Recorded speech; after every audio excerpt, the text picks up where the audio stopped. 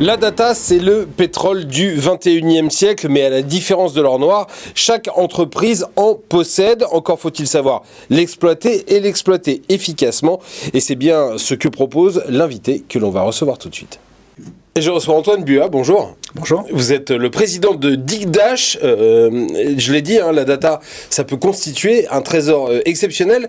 Mais le problème, c'est de savoir quoi en faire de cette data et comment le faire.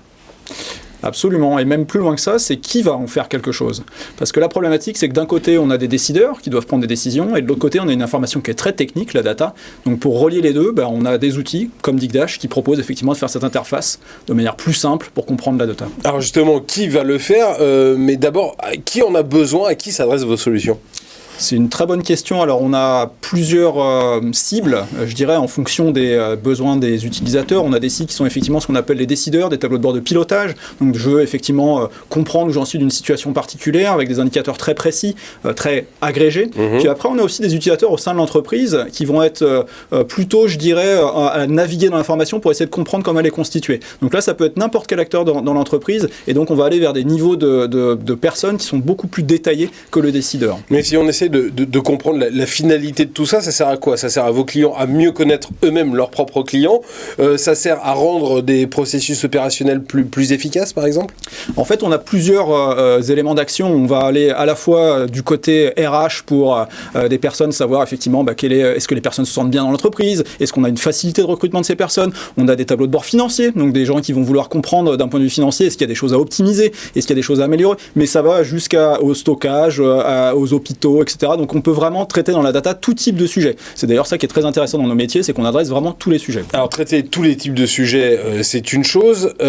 Savoir les exploiter facilement une fois que cette data a été agrégée, c'est un peu plus compliqué. Est-ce que vos instruments ils permettent de rendre cette data extrêmement visuelle ? Est-ce qu'on a un tableau Excel chargé de chiffres ou est-ce qu'à la fin on a des graphiques, on a des alertes qui ressortent en disant voilà, vous voulez optimiser vos flux financiers, faites attention là-dessus, il y a quelque chose qui n'est pas normal ou il y a quelque chose que vous pourriez optimiser ? Alors en fait, il y a toujours un besoin des deux. Il y a les gens qui ont besoin de ce niveau de détail d'information, le tableau de détail de chiffres, mais pour la plupart des gens, effectivement, c'est le côté un petit peu plus graphique, un petit peu plus visuel qui va être plus pertinent pour eux. Je prends un exemple, aujourd'hui, si vous allez, c'est un sujet un peu d'actualité, sur le site de Santé publique France, vous avez un tableau de bord qui s'appelle le tableau de bord du Covid, c'est un tableau de bord Digdash. Donc c'est réalisé par Digdash. Il y a plus de 70 000 personnes qui s'y connectent de manière quotidienne et ça reprend un peu tous les chiffres autour du sujet de Covid. Le tracing, la vaccination, la logistique, etc. Et on y est tous allés au moins une fois, on voit qu'il y a des courbes qui sont quotidiennes, actualisées, qu'il peut y avoir des répartitions par région, etc., etc. Est-ce que c'est compliqué, est-ce que ça coûte cher pour une entreprise d'exploiter sa data ? Alors ça coûte cher, oui et non. En fait, tout dépend du niveau de maturité de l'entreprise. Quand la data est très dispersée et de très faible qualité, oui, ça peut coûter cher parce qu'il y a un premier processus qui est un peu de rassembler tout ça et puis d'essayer de mettre une cohérence dans tout ça. Une fois que tout ce premier socle est bâti, ce qu'on peut faire avec notre outil, le fait de la rendre disponible, de la rendre exploitable, c'est plutôt un processus assez rapide et assez simple à mettre en place.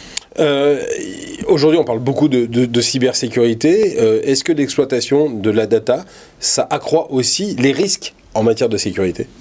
Alors, est-ce que ça les accroît ? Non, mais en revanche, il faut faire attention. Aujourd'hui, il y a des règles, notamment des règles sociales aussi. Je parle des problématiques de RGPD, etc. Qui Règlement font que, général des données personnelles. Exactement. Ouais. Qui font que, typiquement, on ne peut pas exposer des données personnelles à n'importe qui. Donc, il faut faire attention à ce type de problématique. Donc, on prend en compte dans les aspects visuels le fait de dire, soit je ne vais pas exploiter de la donnée de manière nominative, soit si je l'exploite, peut-être qu'elle sera pseudonymisée. Donc, je vais essayer de la transformer un peu pour qu'on ne puisse pas reconnaître la personne derrière. L'activité de Digdash aujourd'hui uniquement en France ou elle se développe à l'international ? Alors on est principalement en France, mais on a effectivement un bureau à Madrid qui couvre l'Espagne et puis l'Amérique du Sud. On continue à se développer à l'international, c'est un de nos grands projets pour l'année 2022, donc c'est un autre objectif 2022. Eh ben voilà, c'est quelque chose qu'on suivra, vous reviendrez peut-être nous parler de ce développement à l'international, merci beaucoup. Avec plaisir. En tout cas d'être venu aujourd'hui, Antoine Buat, président de Digdash dans Demain Entreprendre, à très bientôt. Demain Entreprendre, c'est fini pour aujourd'hui, mais on se retrouve très bientôt sur l'antenne de Demain TV. Je vous souhaite une très bonne soirée. Salut.